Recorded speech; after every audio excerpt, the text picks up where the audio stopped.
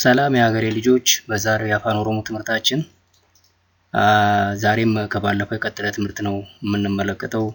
ስሞች በአፋን ኦሮሞ ናውን ፎርሜሽን እያየን እንገኛለን።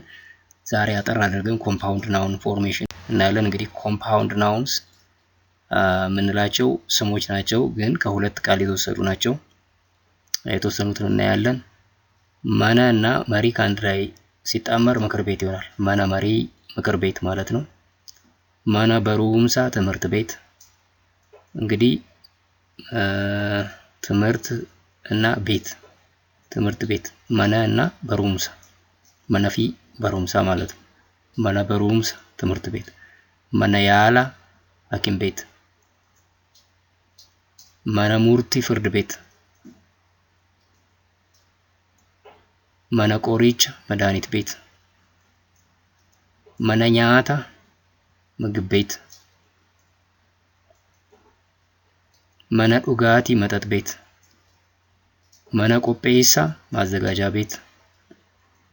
ሀደ መና እማወራ። አባ መና አባወራ። አባ ሴራ ዳኛ ማለት ነው። አባ ለንጋ ዳኛ ይሆናል ማለት ነው።